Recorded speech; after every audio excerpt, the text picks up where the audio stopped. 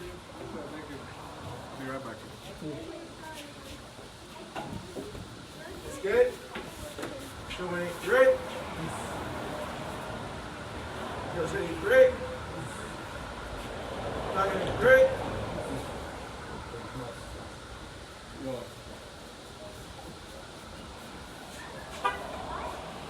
did we finish GK? Yes, I showed me the last of it, and I finished it. Did we finish MP? No, sir. We didn't start the fucking die yet. I'm not ready. Here, No, sir. What's that, sir? Here will be well. The one that's 20 minutes long? Yeah, I have it's like 35 minutes on the second.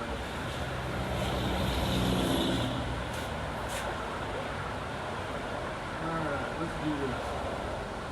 Give me a better feng shui. Spread yourselves out where you got some copper rooms and not right on top of each other. Everybody happy with that? Yes. Alright, go hold okay. Okay. How'd you in?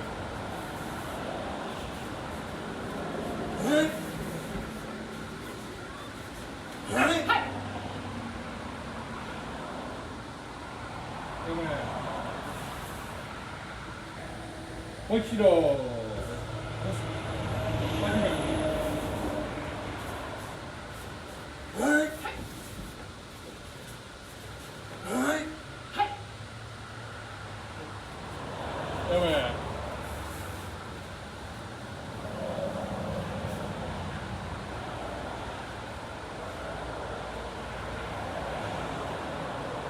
Do it one more time.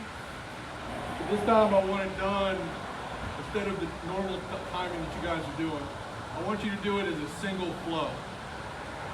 Which is one smooth motion up to the end, basically. So flowing and smooth. Just flow it smooth, no pausing, no real. Well, I'll just leave it at that. Flow it smooth. Right? How'd you make?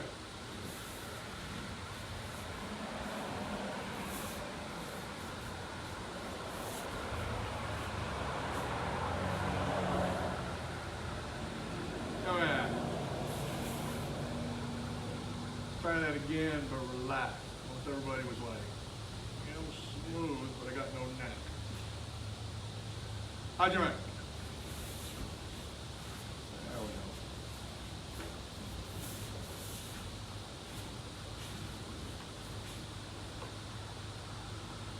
Come on.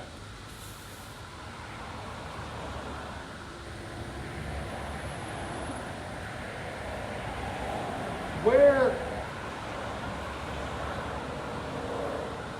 if you're actually fighting with somebody, you know, whether it's you're scrapping, self-defense, you get jumped, whatever, or whether it's sparring, where is the counterattack going to come?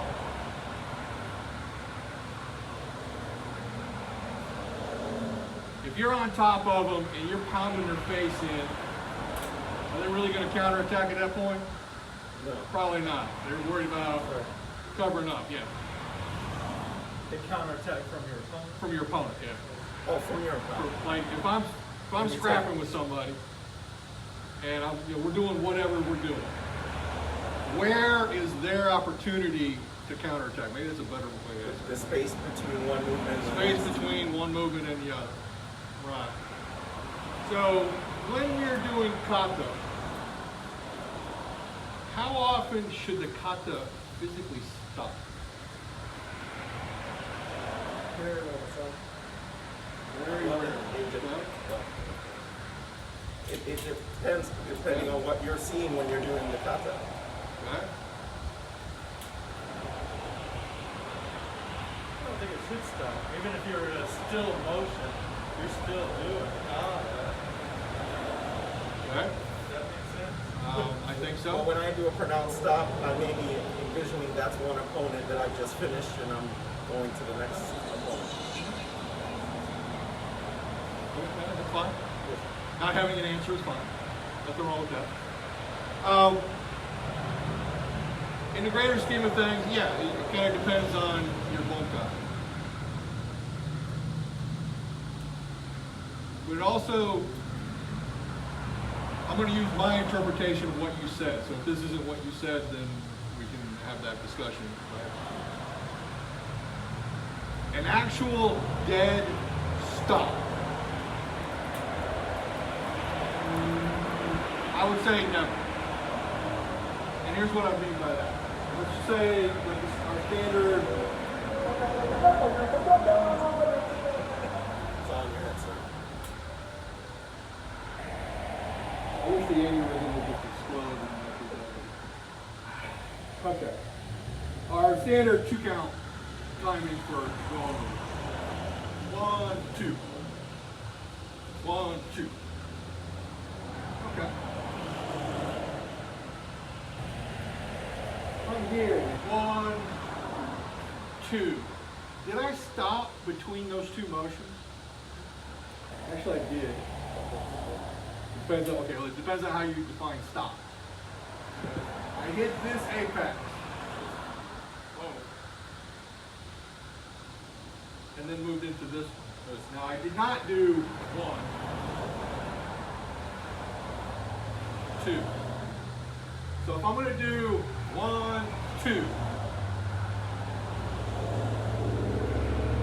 what is the purpose for my pronounced stop here? So I can do 1, 2, and not stop, but stop. I'll be waiting for that punch to get to you. To me, you've completed an action in your mind. You've completed an action that you wanted to do. It's like a period to the next sentence.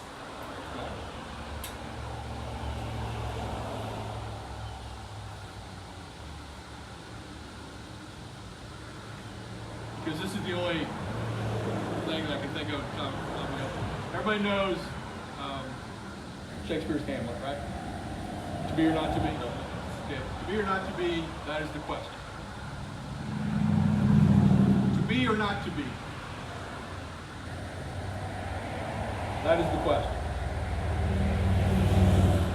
To be or not to be, that is the question. To be or not to be, that is the question. 3 different timings, 3 different inflections, 3 different meanings, really. Right?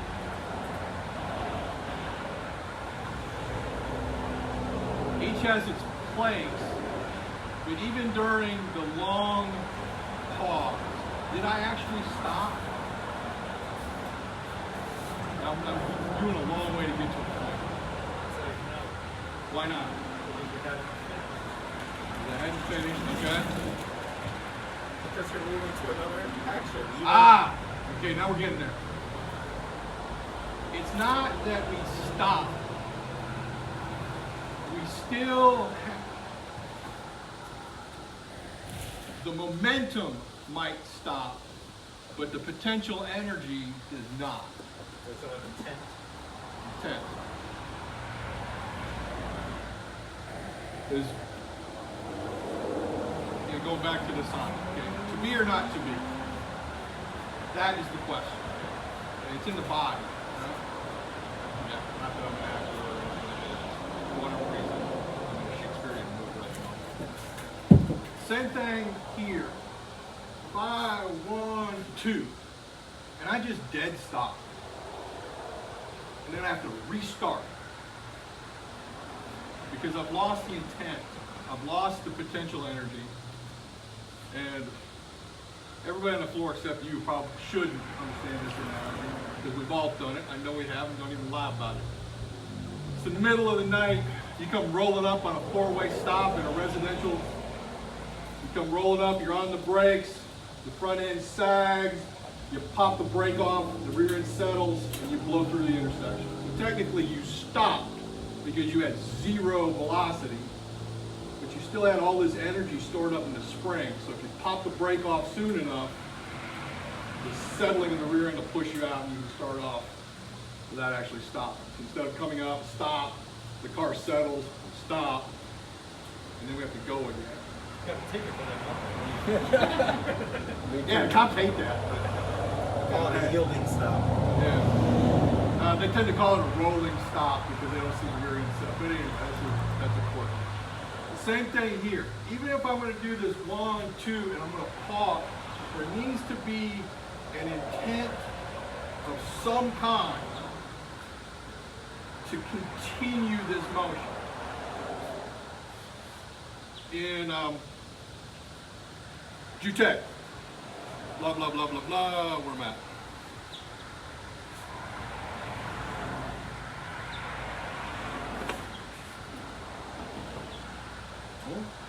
Did I stop? Technically, yes. But I was like, still had the spring loaded. If I'm up here,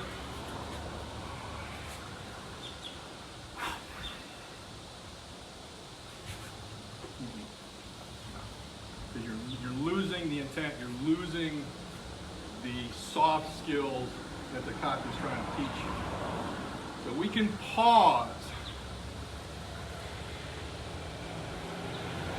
And even if I stop, depending upon how I stop, I still have this, I'm going to overexert, this engagement to go. Not like, I'm done.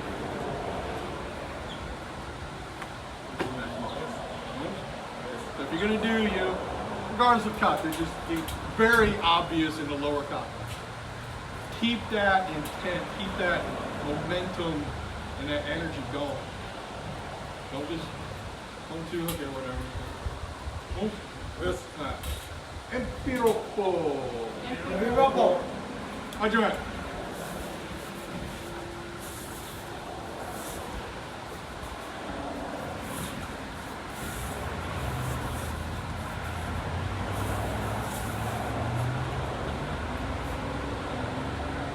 Come on. You don't square those feet away. I am literally, by the end of summer, going to drill them with spikes to keep them straight. Moichiro. Hajime.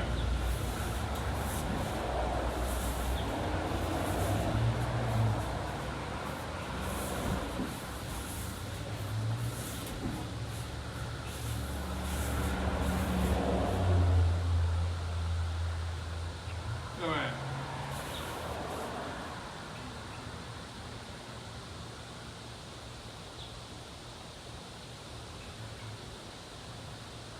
Ten no kata. No kata. Hajime.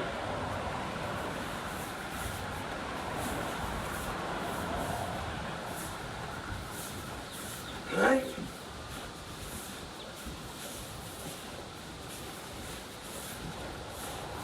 Right.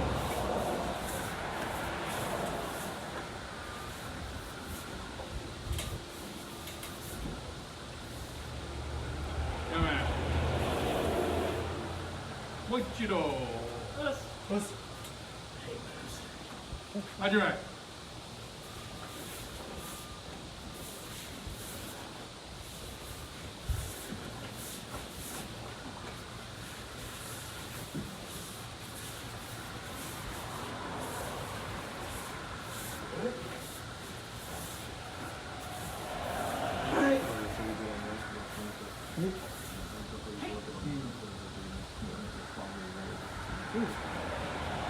Come on.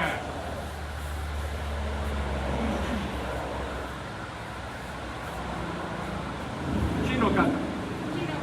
Hiragana. Hajime.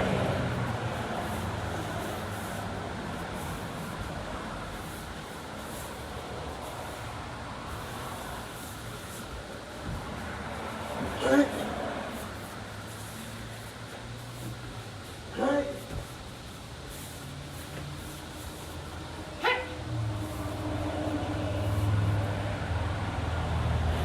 Come on.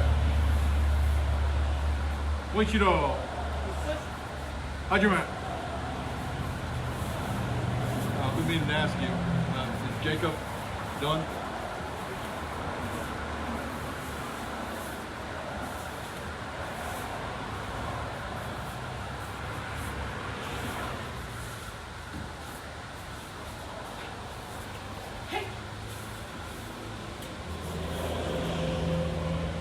Come on.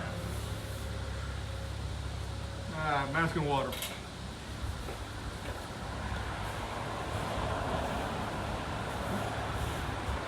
Cool. You good? I'm good. You know, we were hanging out there, hanging like. Yeah,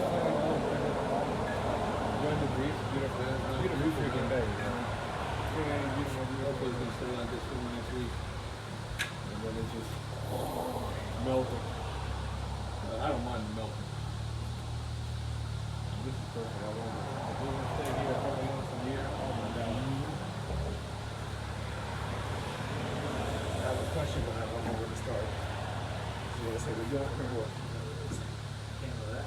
Copy is the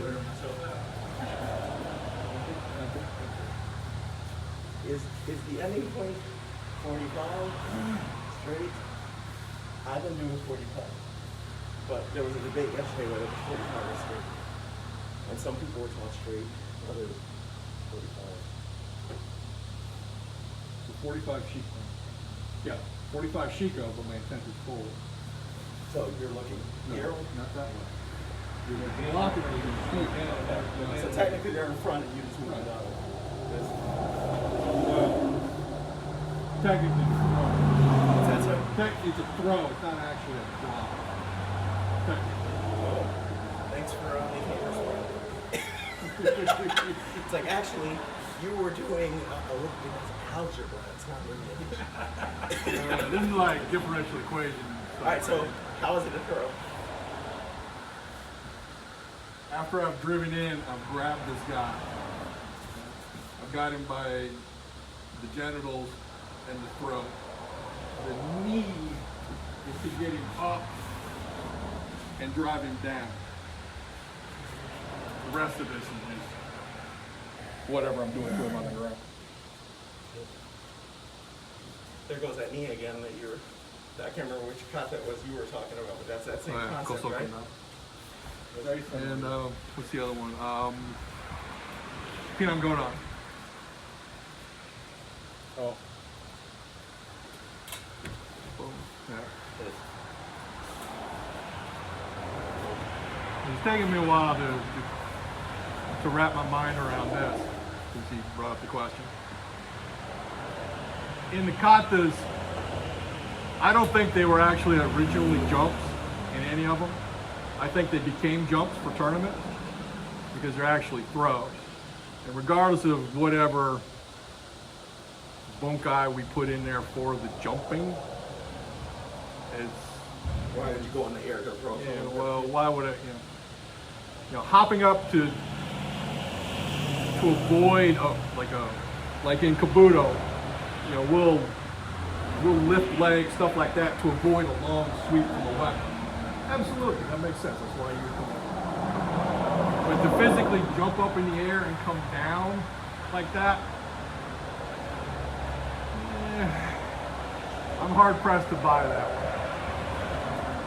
What was the other one? Oh, in Kosokundai, the jump front kick is actually grappling. It has nothing to do with kicking. Is that the throwing it that way, or is that what it is? I'll ask you that one. When we get there. But yeah, for me, I saw the front kick. well, we're talking about MP again, right? And me trying to figure out what it's teaching, because, people tell me, yeah, jumping over somebody or jumping on top of somebody. But like him, for me, this explosion can also be the lift. Showing that it's an explosion or that it's like a lift to it. And kind of like that's more or less how I don't cut it. Yeah, because we gotta know that the kata's teaching us something. What is it? We're trying to figure that out, right? And yes, I don't know about jumping, just like you're talking about Pinang Gonan. I already did something different. So, As I coming in there. So your jumps, you don't think of them as bunkai as you'd be jumping either? Like the front kick, I thought about it as a jumping front kick. To be honest with you, I didn't think about that well, one. that's a good point. Let me step back off of my very declarative statement that I made. For me, it's grappling. Yes, for people who kick and who like to kick, yes, you're gaining distance. Jump front kick can do a whole lot of different things. So let me rephrase that. Yeah, some of them, Another, it depends. yeah, but I have seen Kunima doing sword in one video, and he did that jump. Yeah. He almost levitated out of the way to then cut. I saw that because the way he jumped out of the way, you know, like somebody's coming to come with something, he just whoosh, Right. like a cat. You know one of those cats that comes out like gets off? That's what he did. He jumped, and when he fell, and when he landed, it sounded like he weighed like a half a ton. And then what? And then he cut. The way he just placed himself and the way he landed, it's like, and you're just looking at it in the video, and you can see the power. You see how fast he goes. Yeah, he was getting away from someone. Yeah, but that's how he was pulling. And you can see that. Yeah, he's getting it away. There's a time, again, it depends. There's a time and a place for everything. In Kabuto and Iaido, we do have jumping techniques to avoid things, but not to engage things. We don't jump into a technique. You know, like in MP and in Pinot Godon, it's shown as jumping into a technique. I ain't jumping into nothing. I'm not taking my rear end, putting both feet up off the ground. Because once you do Because that, I've done it there's to no too many changing people. if As soon as both somebody- your feet leave the ground, You committed. I'm throwing you. Because with other stuff, if something happens, you can readjust. If you're in the air, it's hard to readjust That's it, when you're coming down. Yeah, you're in the mercy out. There's- I'll tell you a quick story before I head out. We went downtown. I'll tell you the story. We went downtown, and then all of a sudden, this couple had a little squabble with with other younger kids, right? Well, this couple, they're like, yeah, whatever. So they kept on running. They kept on walking like this. This other kid, they wanted to do something, right? So they go in there. So this guy comes in. He comes running. He tries to do a jumping sidekick on this guy. Right? Well, you and your wife like this, right? You and your wife like this, we walking around. He came from this angle, right? The back, they don't see it. Well, he jumped a little sidekick, the foot went like this. He just went like, oh man, he just went straight. Oh! Knocked out. His other buddy just picked him up. Just back home. And the couple didn't even know, they're like, don't jump, we'll go jump a sidekick, like this. I'll tell you a quick, funny Hanchi story. Hopefully he's not listening to this. He told this story in public, so that's why I don't mind telling it. Same thing. Hanchi did some time in Vietnam during the war, FYI, if you didn't know that.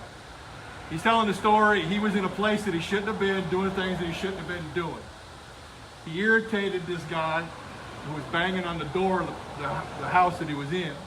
Hanchi got irritated, threw the door open, jumped out, and at that point in time, he'd been studying Tang Sudo, Korean stuff, so he's kicking at that point. He said he threw the door open, just saw a body, threw this jump side kick, hit this guy in the chest, bounced off and fell down. Looked up and he said, here was this like 6'8", 300 pound, 2% body fat farm boy looking down at him going, what are you doing? Archie said he looked up at him and goes, how about I buy you a beer instead and we talk about it? He's like, all right. That's what they did? That's what they did. There goes that. Yeah. So, That's so fun, guys. all right. Kind of strange, but related. Something I was going to come back to this, to what we were doing, similar to this.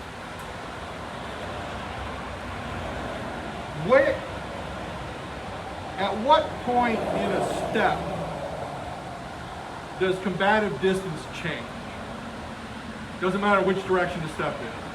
When I'm stepping, whatever I'm going to throw in technique, when does combative distance actually change?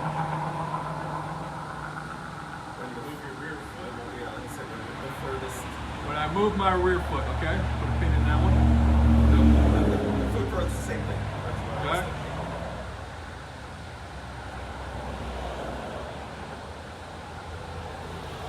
Right? Your weapon. Angle. Take it back. Might have a gun. But combative. Okay, well, let's not go down that rabbit hole. No. Maybe not even move the angle. It could be you're moving forward or back. Right. Direction doesn't matter. Yeah, I would agree with Jay. Moving your Okay. I'd say moving the heel of the rear foot. Because here, if I do this, I get further in. So once the heel of the back, the furthest part of your foot, and I guess an angle. Okay.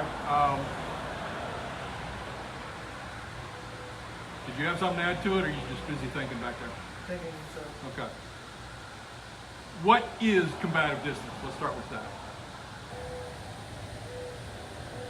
Well, I always thought combative distance is how is the distance between your opponent and how much and how much you and the size of how much you throw. Okay. Can somebody clarify? He's right, but let's put it in fewer words. To me, it's the The distance for engagement. Engagement distance. Okay, I like that. Right. How does it differ from physical distance? because your combative distance is the same here. Physical distance is this to me.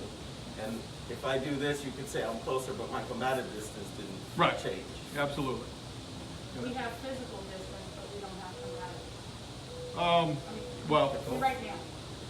Yeah, well, Your distance between I agree with your point, but not your words. Because yes, we do have combative distance. Our combative distance sucks for fists and feet, but we do have a combative distance. But I get your point, and your point was absolutely correct.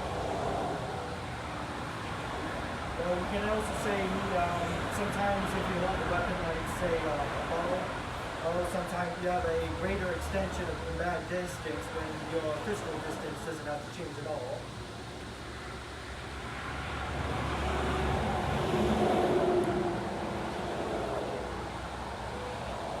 Yes.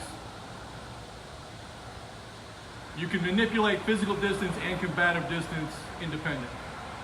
And combative distance is your body plus your weapon. Absolutely. What determines combative distance? Well, let me back up. What determines physical distance? What determines my physical distance from me to Greg or me to any of you? Right. Basically center body to center body. So if I lean forward, it shortens and lengthens. It's basically center body to center body. What determines combative distance?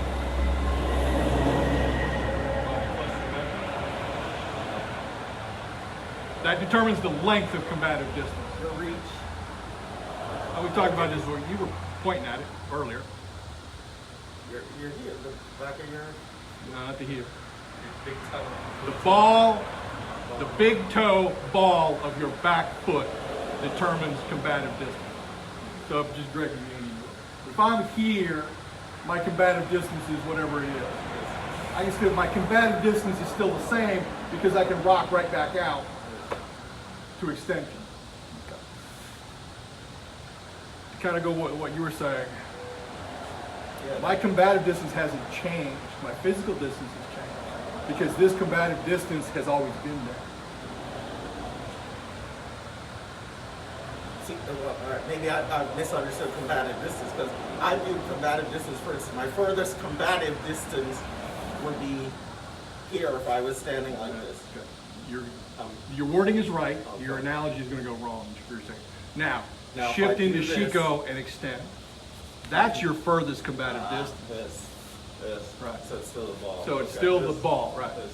So you Like can I said, manipulate the ball of the that. foot, sir. I know that's what you were trying. You just tested me to see if I was correct. This. So we can all agree that the big toe ball and the back foot. Now, most of you said that combative distance is going to change when I move my back foot. Is that a fair statement? Okay. How does that apply in a non-coup then? There's one move well, yes, I will say this.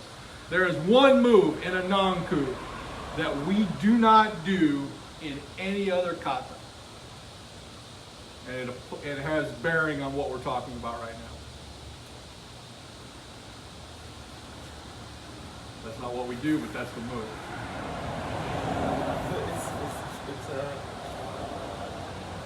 Was it when you come back and you That's not what we do.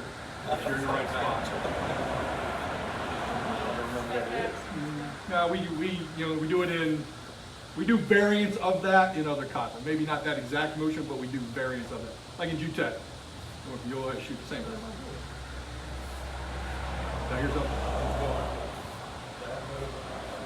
That's not in Ananku anywhere. That's Masakaze. I'm trying to remember what Ananku now. I'm like, wait, I'm doing it. That's what Ananku does. Oh, see now you're going down his rabbit hole with Masakaze. There we go. That's enough.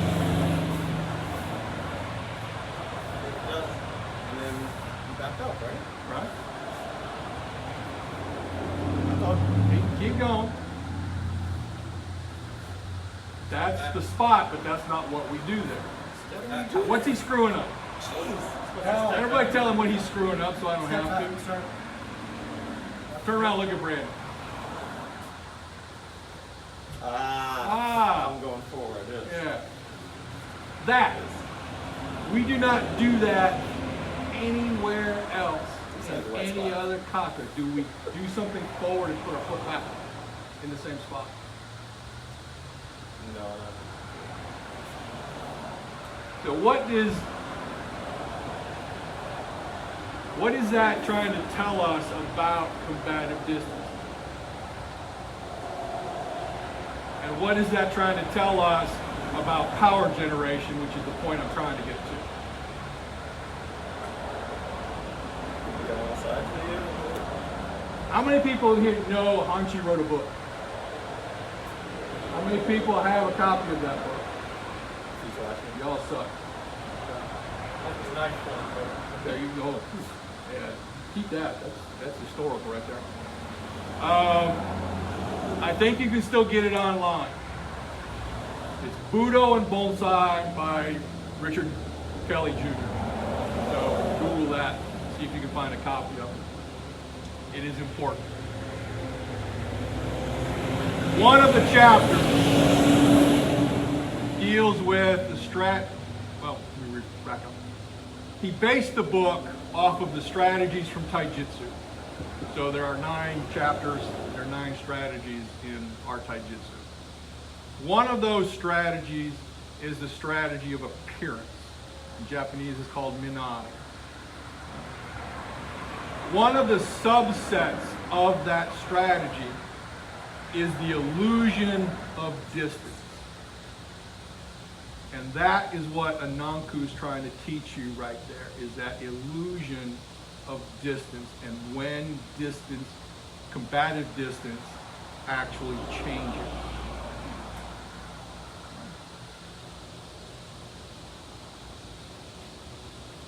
One of his favorites. I can't remember how many times he ate my lunch.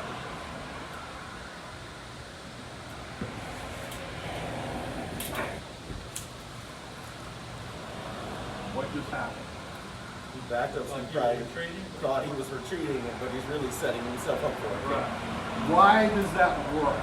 Other than, hey, I suckered him in because he thinks I'm backing up and not really. Why does it really work? They see momentum that they're going back. It makes you say, well, I'm on the chase. If you're going back, I'm good. That's the illusion part, yes. What's the other part? The other part is my combative distance has not changed. I'm here.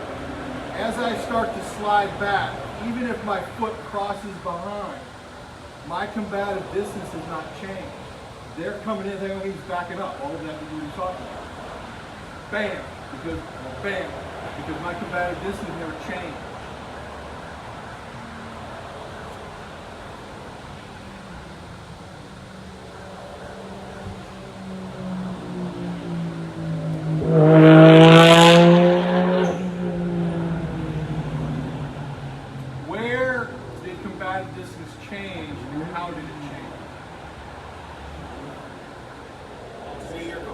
soon as you set your foot down, Yeah. suddenly it changes. Yeah. So what's the answer to the original question? What was the At original? what point does combative distance change? When your foot position changes. When you settle. Right? So if I'm here, this is my back foot. This is going to determine distance. Whatever I do with this foot or this foot, as long as the weight doesn't settle into another position, I still have the same combative distance. So even if you use that back leg and do that, and then go back to the same spot, your combative distance is still the same. If I'm here, instead of going back to a front stance, I'll come back to a catch. Well, let me change it. I'm here, my combative distance is whatever it is. Boom, I hit this guy, boom. My combative distance never changed because you don't, right? Nothing has changed. Is it even in flux? Is it even in flux at one point? Because it all depends on where that, because if I do this and then move, then it did, but technically, would you, I guess until I did that, it still was there? It still was, okay. I'm just waiting for your thought process. No, I don't know what I'm thinking. No, yes. How many people know the analogy of Schrodinger's cat? The analogy of what? Schrodinger's cat? Everybody know that one? I don't. Okay. I'll explain that here in a second. Yes, it is in flux, and it can change. Yes. But until it changes, it hasn't changed. Got it. It's not definitive. It's not defined. That's the illusion part of it. Am I going forward? Am I going back? Who knows? Schrodinger's cat. Everybody heard of quantum mechanics? Good. Okay. One of those confusing things. Right. Okay. Schrodinger was one of the pioneers of quantum mechanics back in the 20s, 1920s, not 2020, 1920. He hated quantum mechanics. He didn't like it. Most of the people who developed quantum mechanics hated it because it doesn't make any sense. And in the 1920s, it really didn't make any sense.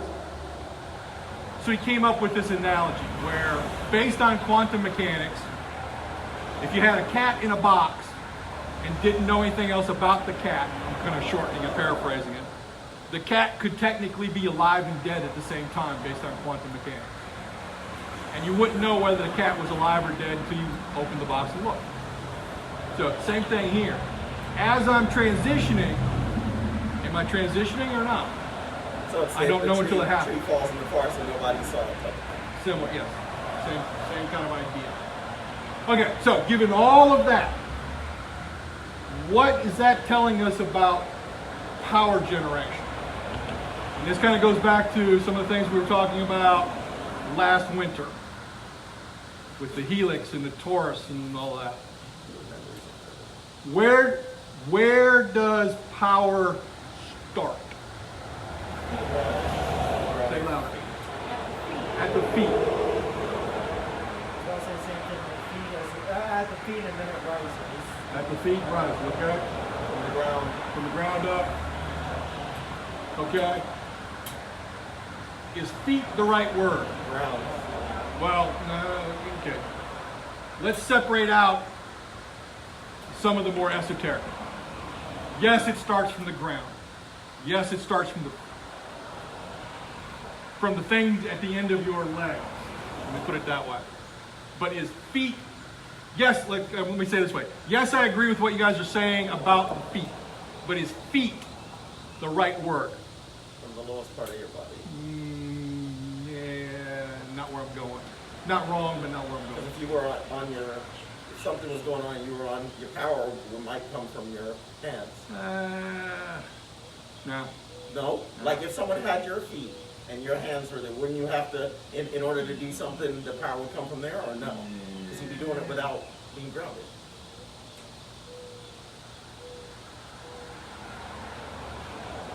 Maybe. I would think I'm out. Okay. It's not a bad question. Again, back to the toes, you know, because this is what I was thinking of when we were talking earlier, the bracha, you know, Okay? gripping, pulling the energy from the ground. Good.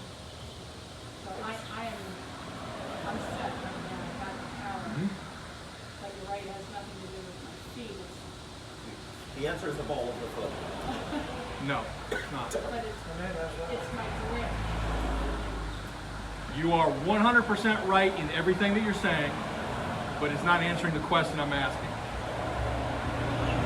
Go back to doing what you were just doing. What did you say, sir? Sorry, a car just passed by. I couldn't hear it. Please don't kill him. Please don't kill him. Go back to doing what you were doing just a second ago. Keep going. Okay. Everybody turn around and look, or if you can't see him in their reflection. Okay. Is the power starting at his feet? You guys are probably going to kill me once you figure out what I'm actually. I guess it This is one of starts those at riddles. the hips down to the feet back up. After everything that we were just talking about with combative distance, you guys are going to use How the starts in word your mind? feet. Ball, We don't know, sir. ball of the foot. I'm just gonna make it up. From the lower of the hand. No, just start. No, my sir. Okay. Starts from where combative distance begins. No, that's not a bad way of putting it. Foot. That's what I'm trying to get at. Foot. I'll give you guys ball of the foot. Yes. You said ball of the foot. You said no. I'm trying to answer my question. Trying to get you guys off my feet. Okay. Going back to what Reese was talking about with gripping, okay? The front stance is easier to see. Yes, I'm gripping. Yes, I'm moving. But does power start off of this front leg in any manner? No, not really. This is more stability. Like we talked about before, that toroidal flow through the hip comes off of that back leg. Regardless of what I'm throwing, it's coming off of that back leg. That's where it's going to start. Which kind of loops us back to the whole eyes, feet, hip, hand thing. Now, the reason that it came up was watching you guys do Empiropo and Cheeto Kata. When you guys are stepping back, pretty much universally, you're throwing your technique before this back foot settles, or even like as it settles. You've got no power there. You got nothing as far as power. It'll work. You can make it work. And even like Cheeto Kata.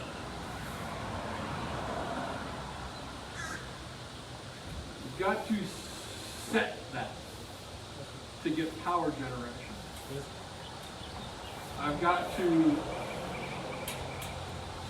set that to get power generation. I can't be setting. Well, the way you just did it, really too, you're not using the hip, right? You got to use the hip to settle it.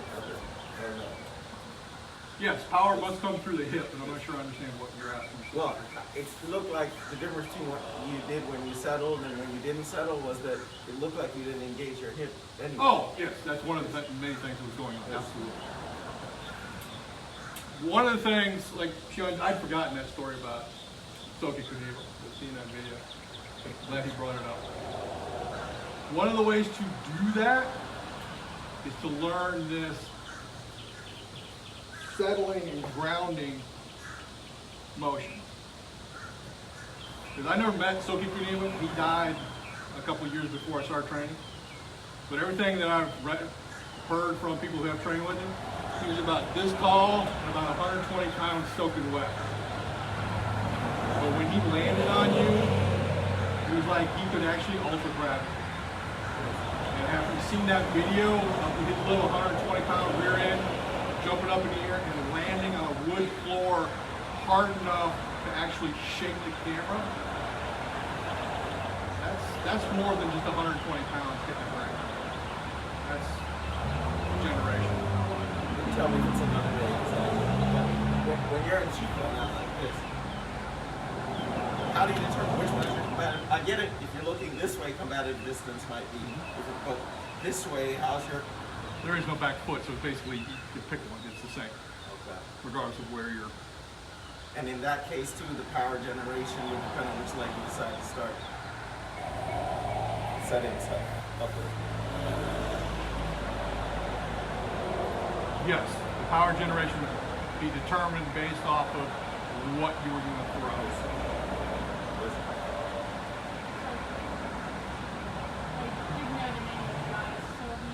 Kuniba. The one right next to Hanchi. Kuniba. For him to do that, he would need to generate from the ground up And then the heat. drop it. Yes. So you kind of going back to where we started with it. People like him who can do this in that fashion. Somehow, I haven't figured it out how yet, can generate that power, come off of the ground, and then drop it so that it literally adds to gravity. So it's like if I'm punching down, if I just, drop my weight onto it, that's whatever it is. But if I drive it down, I'm going to get a whole lot more out of it. Somehow they're able to do that with their entire body and jumping. You're letting all the gravity go through to that point of whatever you're using to touch whatever.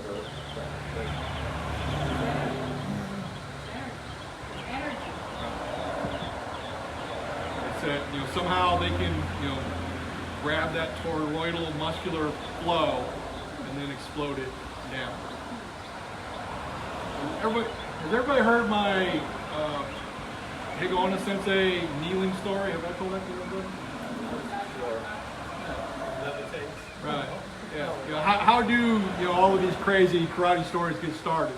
They get started by somebody doing something, and then the story gets told. For those of you, I'll read in case I haven't told it before. Everybody's heard me talk about Sensei Higona. Again, little bitty dude. He's kind of built like Greg, but a little bit shorter. And again, probably 20 pounds lighter. But he's been doing karate, old school goju from the time he was. He's the one with the rock in his dojo that he hits and kicks everything. Again, this is not a story I heard. I saw him. I was looking right at him when he did this. He was up here. We were on a break at a clinic, and he was kneeling down in formal Japanese kneeling position. He's talking to his seniors, and again, it was all in Japanese, so I don't know what it was. Sean Noger, Sean Eric, myself, and Hanchi were standing up. We were kind of looking at it, trying to eavesdrop on a conversation. Whatever they were talking about caused him, and all you saw was his abdominal wall contract. That's all you saw. He lifted off the ground high enough, still kneeling, fired a front kick, pulled it back, and landed back where he started, still holding the conversation. Not like, no, it's like blah, blah, blah, blah, blah, blah, blah, blah, blah, blah, blah. Like it was the most natural thing in the world. The three of us turned to Hanchi, we look at him and he goes, yep, you just saw that. So that's how levitation stories get started, I'm pretty sure. But yeah, somehow he was able to grab that energy and that hip and that muscular contraction to pull hit probably at that time 180, 190 pound body off of the ground just by going. Same thing. All right, so bottom line, settle your combative distance, settle your back foot, drive the power off your back foot. Because you're not going to get power off, I don't even know how I would do this, off of just the front leg. The body doesn't work that way. Now, there are ways to make that happen, a la Tenshin Happo 5. But it's still coming off the back leg, even though it looks like it's coming off the front leg. It's about the Combative Tenshin Happo 5.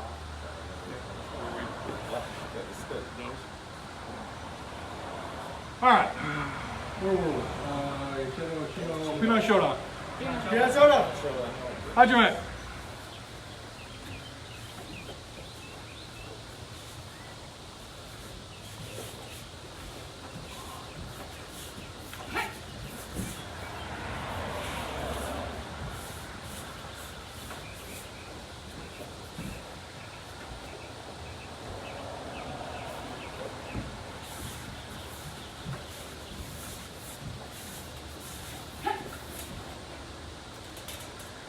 Yeah, man.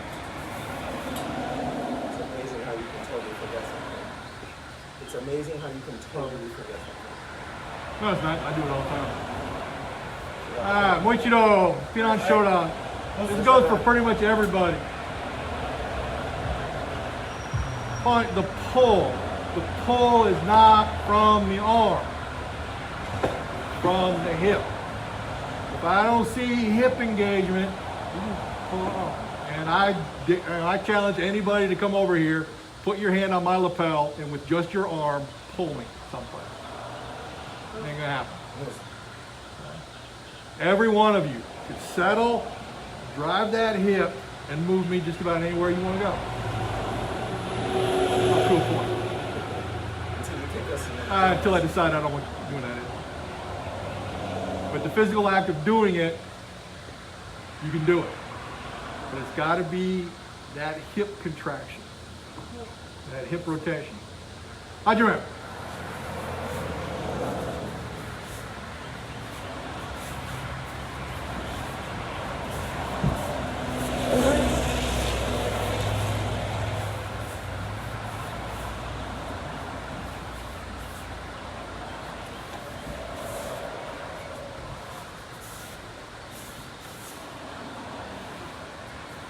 Front kick, punch, then the double block, Risa. Risa, go back to the top end of the eye. All right, everybody else, yeah, man. Risa, yeah, man. Let's start over again. Been there, done that. I know exactly what you were doing. Concentrating on the Yeah, been there, done that. Since they told me something, then there's confused me. I've been there, done that. Moichiro, how'd you man?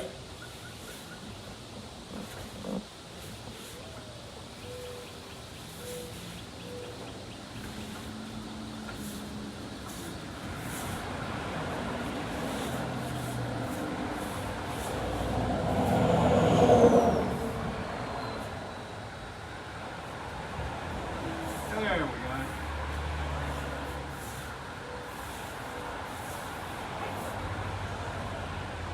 Come here.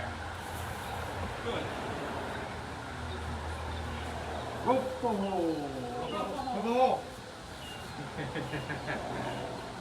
How'd you man?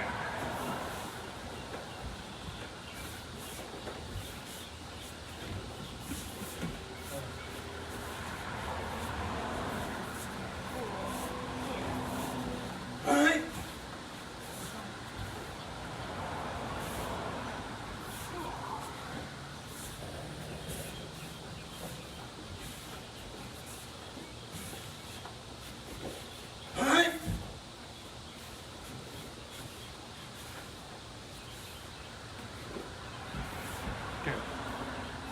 Keep going. Round kick. Yeah, man. Start over. There's something else. Oh, at the top end of the eye. We do that middle inside block. We do the side kick, which we pull back to the rising block, punch, come on, right? What is the trick to make that turn back easier instead of being the bane of your existence like it was for mine? Come on, this part? No, from the middle inside block. Standing up, facing up. Not exactly. the little Yes, soft little movement. right. The side kick that we throw is not really a side kick. If you over rotate it, the hip slightly, so it starts to become kind of a side back kick. Once you unroll that hip to do the reload, your body snaps back and you can do that like butter.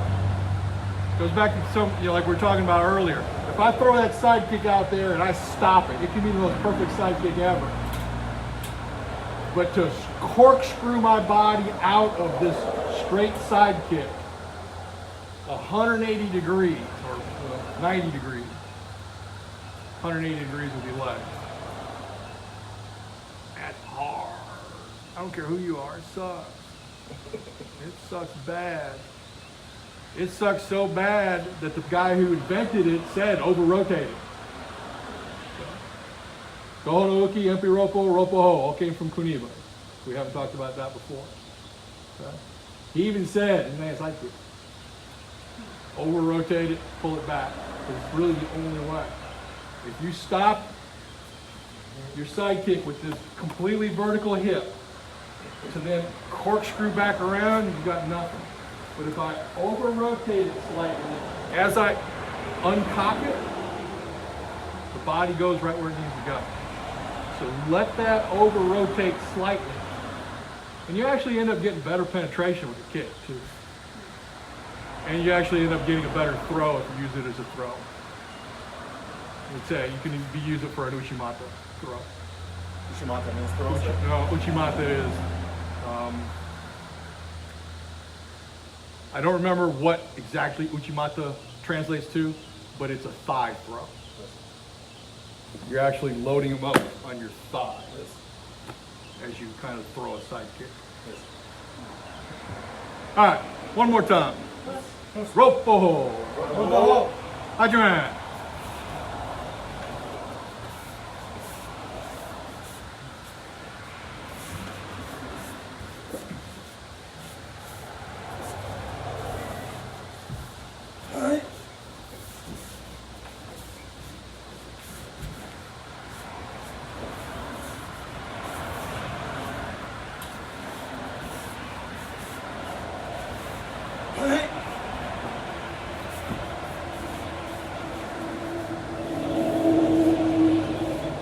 Yeah, man. Good. Yeah, man. All right. Questions, comments, concerns? All right. You did good. That piece That of this, Uh-huh. to me, I don't know if I'm over rotating, but the way I look at it, the momentum of coming back and turning at the same time is what makes me feel like, okay, I can do it and come around. Because the momentum of my foot coming back helps this foot to turn.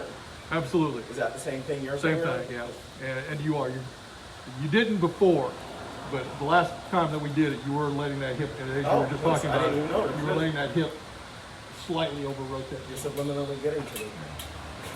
It helped. We get inside there. You know it's bad when you hear us whispering in your ear at like 2 in the morning going, oh, okay, that makes sense. All right, just a reminder, I'm not here next week. Classes, as far as I know, are still on. Sean James or Sean Eric will cover. I'm going to be 60 feet underwater for the week doing that. Another quick funny shark story you're talking about. Where I'm going diving in the Keys this time, the last time I actually went there, probably 5 years ago. Throughout the Atlantic, they've tagged great white sharks so that when they come to the surface, the beacon connects to a satellite and they track them. And you can actually, I think it's the National Oceanic and Atmospheric Association website, I think is the one that's tracking them. But there's one called Catherine. It's like this big, like 20-foot female great white. Last time I was going to this spot was about the time, because they migrate from like Maine into the Gulf and back every year. And about this time of year is when they're in the Keys. She pinged, they have buoys where you tie off the dive boats. And where I was diving, there's a buoy here and a buoy about where that corner is, and then about the same distance, there's another buoy that goes down this reef. While I was diving on this boat, on this buoy, she pinged on that. She pinged at that buoy. But that stuff doesn't get I didn't you. even see her. No, I was looking for her, because I saw. But does it make you nervous, or you're just like, well, it is It is what it is. Hey, we all got to go with something. I'd rather go that way than sitting on my couch. What are you gonna do? It's like, hey, that's cool. Remember, last time we went, we were hooking fish that big, we couldn't get them with a boat because the sharks would take them. Every time. Well, So I'm like putting my hand in that. and I was on a dive trip. Again, I don't remember. It's been a few years now. off of West Palm, you know, where the Gulf Stream comes in real close right there. So the diving in West Palm is what they call drift diving. You drop off, you go down to the reef, and the current just blows you along the reef. You don't actually swim. And instead of you going back to the boat comes and picks you up. Well, depending upon, You can't go back. It's you can't, yeah, you can't swim against that current. The way the current was running that day, it kind of was split around the reef, and I got on the wrong side of it and went and got separated from the group, which it doesn't bother me, whatever. Actually, I kind of prefer that. But anyway, so I get back on the boat, and everybody's telling me this story, and I didn't believe him because one of the guys had a camera, and he shows me on the camera. At the end of the dive, we level off at like 15 feet. We hang out there for like 3 minutes to kind of decompress before we come to the surface. While they were doing their safety stops, what it's called, there was like this 12-foot tiger that was circling up the whole time that they were there in the water. in the water. Yeah, they're 15 feet underwater, and here's this. But they never saw it. Oh yeah, they saw Oh. it. Yeah, because he was filming it, Oh, okay. and oh, it's crystal clear that day. Was he or she circling like, hey, I'm about to? Oh, it's like, you know, it's one of those like, what are you? Right, Can I eat you? right, Kind of. right. Yeah, tiger sharks will pretty much eat anything, but the good thing is they don't attack people. But more than likely, They can scent. The scent is what they captured. Hey, this is not. if one of them had been spearfishing, Done. somebody would have got it dead because they would have came in and tried to take it, probably gotten away. So that's what I'm going to be doing now. Have fun, sir. Absolutely. I have more to learn. Please come back. Call it. It's good. Go eat great. Yoshi eat great. I'm talking eat great. What the heck? Go home.